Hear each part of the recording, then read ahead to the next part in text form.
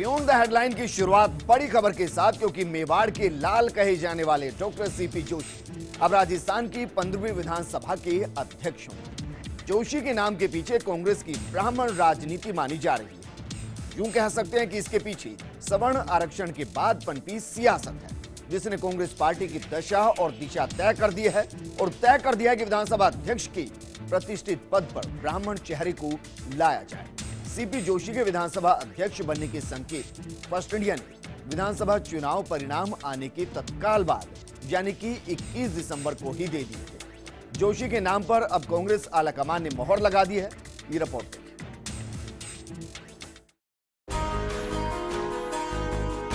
2008 में नाथद्वारा से एक वोट से चुनाव हारने के बाद निराश हुए डॉक्टर सीपी जोशी को तब कांग्रेस आलाकमान ने कहा था कि आप लोकसभा का चुनाव लड़ो। डॉक्टर सीपी जोशी ने आदेश माना और भीलवाड़ा से कांग्रेस सांसद बन गए। तब हर किसी को अचरज इसे लेकर हुआ कि यूपीए सरकार के पहले 10 कैबिनेट मंत्रियों में डॉक्टर सीपी जोशी थे। उन्हें ग्रामीण विकास मंत्रालय जैसा बड़ा महकमा मिला। डॉक्टर सीपी जोशी की ख्याति एकदम से पूरे भारत में फैल गई और ब्राह्मण राजनीति में एक नए चेहरे का कांग्रेस की राष्ट्रीय सियासत में उदय हो गया। अब एक बार फिर से डॉक्टर सीपी जोशी नए अवतार में होंगे। ये है राजस्थान के विधानसभा अध्यक्ष के आसन पर बैठना।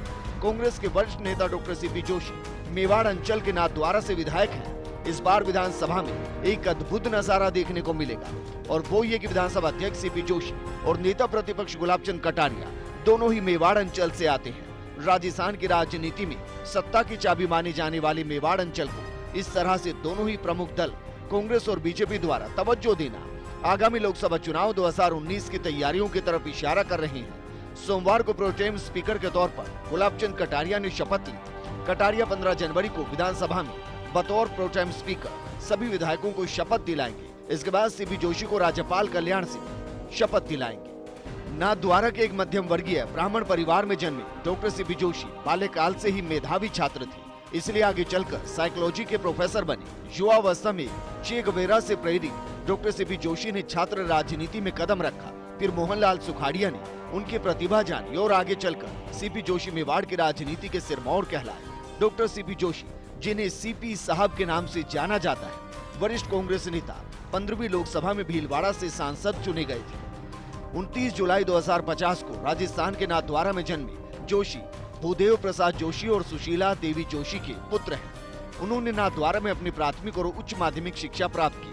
उन्होंने एमबी कॉलेज उदयपुर से लॉ में बीए की। बाद में उन्होंने भौतिक विज्ञान और मनोविज्ञान में पीजी की। उनके पास मनोविज्ञान में पीएचडी है। सीपी जोशी ने एमबी कॉलेज उदयपुर में एक प्रवक्ता के रूप में काम किया। उन्होंने मोहनलाल सुखाड़िया विश्वविद्यालय उदयपुर में मनोविज्ञान के प्रोफेसर के रूप में भी काम किया। राजनीति में जोशी की भागीदारी मोहनलाल सुखाड़िया ने की, जिन्हें आधुनिक राजस्थान का निर्माता कहा जाता है। तब से राजनीति में उनका योगदान महत्वपूर्ण रहा है। डॉक्टर जोशी ने अपना राजनीतिक करियर 1973 में शुरू किया और धीरे धीरे सफलता की सीढ़ी पर चढ़ गए। 1973 में वो उदयपुर विश्वविद्यालय के विद्यार्थी संघ के अध्यक्ष बने।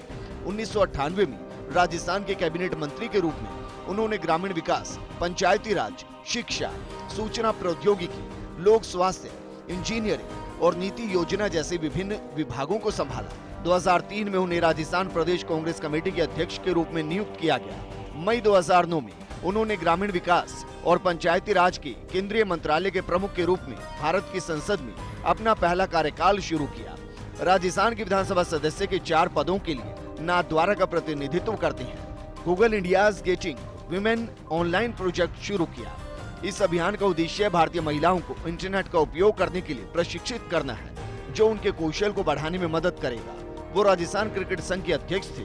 उनके कार्यकाल के दौरान राजस्थान टीम ने 2 बार रणजी ट्रॉफी जीती। राजनीतिक प्रेक्षकों का मानना है कि वर्तमान में सवर्ण आरक्षण का मुद्दा गरमाया हुआ है। बीजेपी के मोदी सरकार के सवर्ण आरक्षण के दाव को कुंद करने के लिए सियासी जादूगर सीएम गहलोत ने सवर्ण वर्ग से सीपी जोशी जैसे चेहरे को विधानसभा अध्यक्ष जैसे महत्वपूर्ण पद देकर सोशल इंजीनियरिंग करने की कोशिश की है। आने वाले लोकसभा चुनाव 2019 में गहलोत की सोशल इंजीनियरिंग का मुकाबला विपक्षी दल बीजेपी के लिए चुनौतीपूर्ण साबित हो सकता है।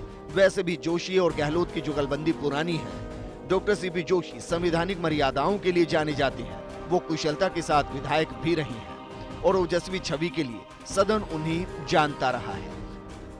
फर्स्ट इंडिया के लिए योगेश शर्मा की रिपोर्ट।